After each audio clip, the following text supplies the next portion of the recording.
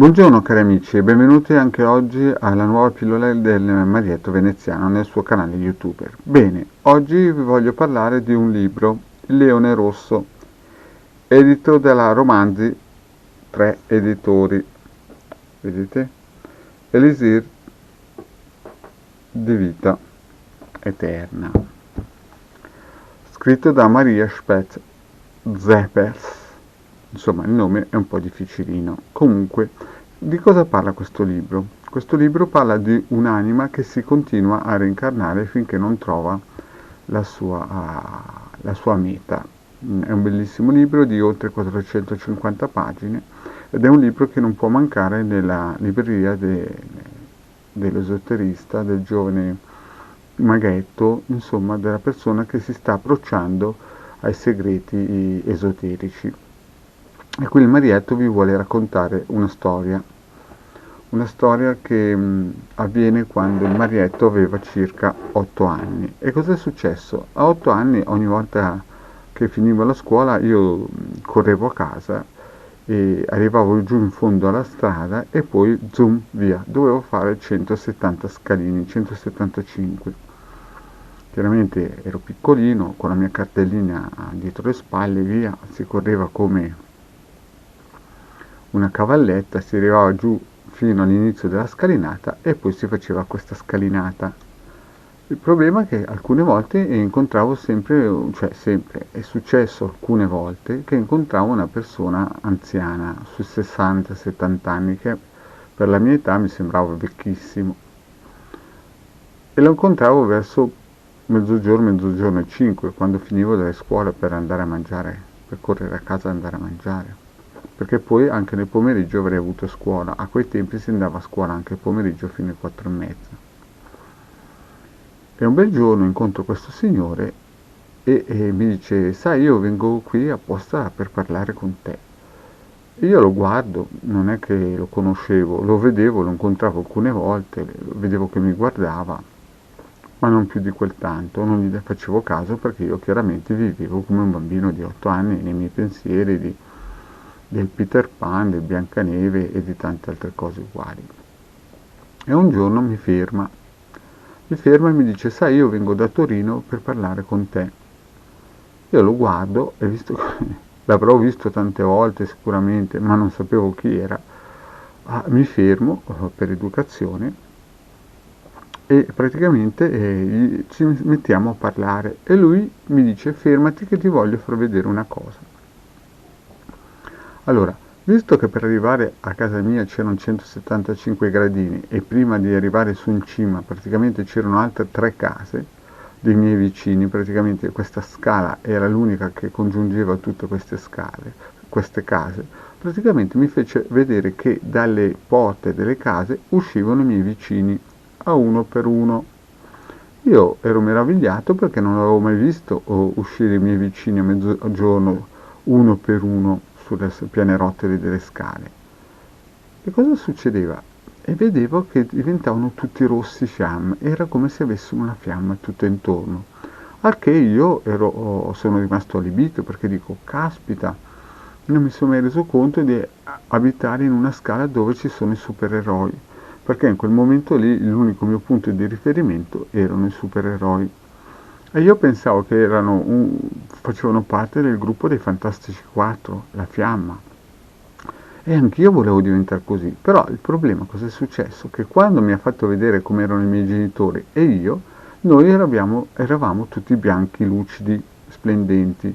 E mi sono trovato a disagio perché pensavo che la cosa giusta era diventare rosso, fiamma, come il supereroe che mi ero messo nella mente io da piccolino. E gli chiesi: ma non posso diventare anch'io rosso come loro? Anch'io voglio avere questa fiamma intorno a me. E lui mi disse di no, perché io non potevo, perché io ero di qua e loro erano di là. E mi disse anche che ero un bambino molto coraggioso a essere nato su quella scala, perché anche lui, che era un capitano degli alpini, non avrebbe avuto il coraggio di nascere, crescere e vivere in quella scala lì. Al che io rimasi stupito perché dicevo: cavoli, io voglio essere un supereroe come loro, bello rosso fiammante. E lui mi disse, guarda che tutti hanno questa colorazione in questa zona qua. E tutti ce l'hanno. E per fortuna la gente non li può vedere, perché sennò gli starebbe lontano. Perché è una brutta cosa. Al che io ci rimasi. Ma cosa successe poi, mentre io lo stavo ascoltando, sempre per educazione? E lui mi disse, queste persone un giorno andranno nel paradiso di Brissago. E in quel momento si mise a piangere. Al che io, quando sentii la parola paradiso, subito mi si alzarono le antenne, anche se avevo 8 anni, e volevo andarci anch'io a questo paradiso. E lui mi disse, no, a te non ti lascio andare in paradiso per il semplice fatto, quello di Brissago si intende, per il semplice fatto che ho promesso a tua mamma che non ti farò andare lì. Al che cosa successe? Io lo lasciai e me ne andai su per le scale. E mentre andai su per le scale incontrai il mio padrone di casa, quello che era padrone di tutte le 4 case. E gli raccontai la storia. Gli raccontai la storia dicendo, guarda, voi siete dei supereroi e purtroppo io non sono come voi, io sono bianco e voi siete tutti rossi e avete la fiamma. Me la fai vedere come si può accendere? E lui non sapeva cos'era, però aveva capito, perché chiaramente lui, oltre a essere padrone di 4 palazzetti e avere altri palazzi a destra e a sinistra in quel paese, chiaramente era anche un bel massone in prima carriera e certe cose le capiva al volo. Al che mi disse, in questo periodo ti porterò anch'io un po' in giro, non al Paradiso Brissago perché non so dov'è, ma ti porterò con me in giro al Luna Park. E infatti in quei giorni poi mi portò in giro con lui. Andavamo al Luna Park, andavamo al cinema insieme e lui cercava di essere mio amico. Però purtroppo dopo 2 o 3 giorni che io continuavo a uscire con lui al sabato e via dicendo, a un certo punto mi disse no, noi non possiamo essere amici perché tu sei troppo diverso da me, io non potrò mai essere come te e tu non potrai mai essere come me. E la storia finì lì. Ma cosa successe? Quel signore che mi aveva detto che non voleva farmi vedere il paradiso di Brissago e che si era messo a piangere, mi disse anche, però a 29 anni ti farò vedere che cos'è il paradiso di Brissago. E lì la cosa finì lì. Ma cosa successe? A 29 anni io insegnavo informatica come freelance ed prendevamo dei lavori da una scuola privata. E un giorno una mia collega di lavoro, insegnante di informatica, mi disse se le potevo prendere o sostituirla per delle lezioni private che aveva iniziato a fare con un direttore di un istituto. Questo istituto seguiva la filosofia di Rudolf Steiner. E che io, visto che erano soldi che entravano in più perché più lezioni si facevano più si guadagnavano, presi subito al volo questa occasione per andare a fare le lezioni. E le lezioni erano praticamente una ogni 15 giorni. E cosa successe? Le prime volte che andai là pensai, ma chissà perché non vuoi più venire a insegnare qua, perché a me questa persona sembra una persona molto corretta. Ripeto che questo era il direttore di un istituto che seguiva la filosofia di Rudolf Steiner. E nell'ambiente, nella struttura, c'era un silenzio di pace, sembrava un silenzio quasi da obitorio. E non si sentiva muovere una mosca. Dopo qualche incontro incominciai a sentire dei rumori tremendissimi di urla di persone e chiesi ma cosa è successo?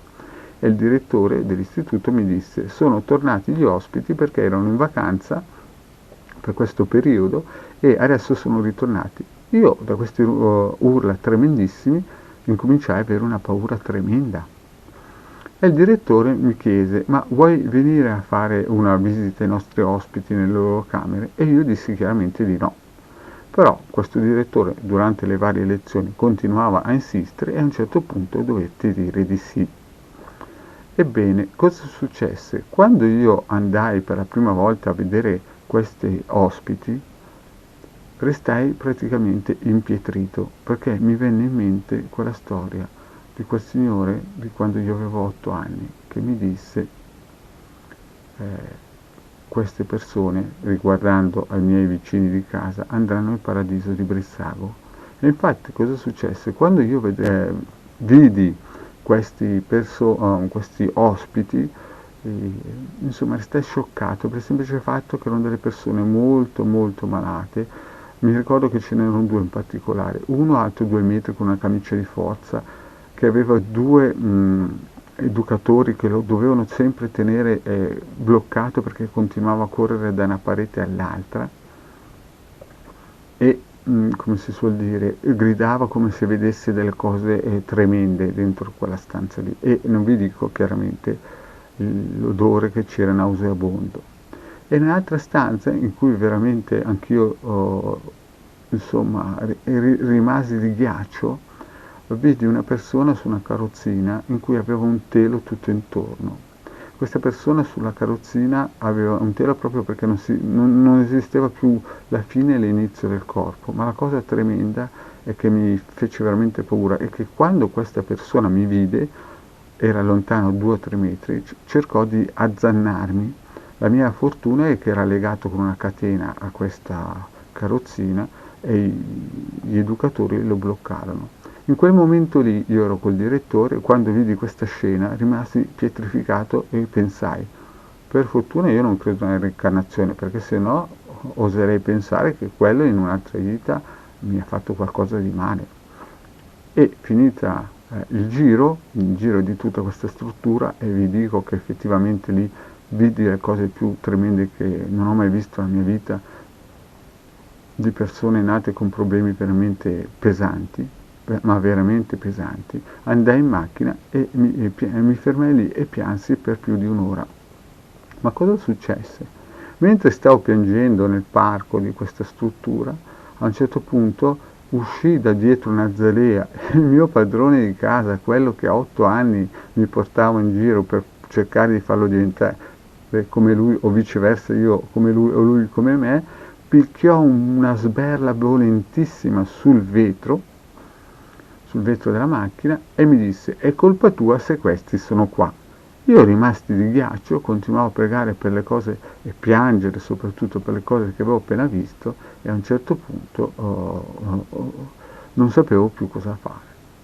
Bene, cari amici, questa è una storia di fantasia, chiaramente non dovete prenderla di parola, è solamente una cosa che vi racconto così, tanto per, anche perché si ricollega un po' al leone rosso. Infatti il soggetto di questo racconto praticamente nelle varie reincarnazioni ha questi momenti sì, momenti no, ha momenti di euforia, di successo e momenti veramente difficili.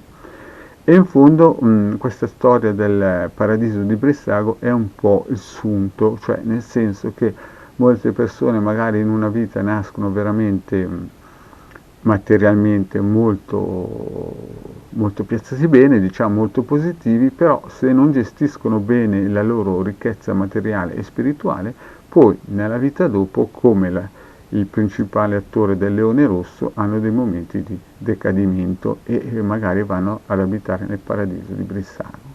Mi ricordo bene che quel signore lì, che diceva di essere un capitano dei Alpini di Torino, quando pensava al paradiso di Brissago piangeva per la sofferenza che queste anime provavano in quella struttura.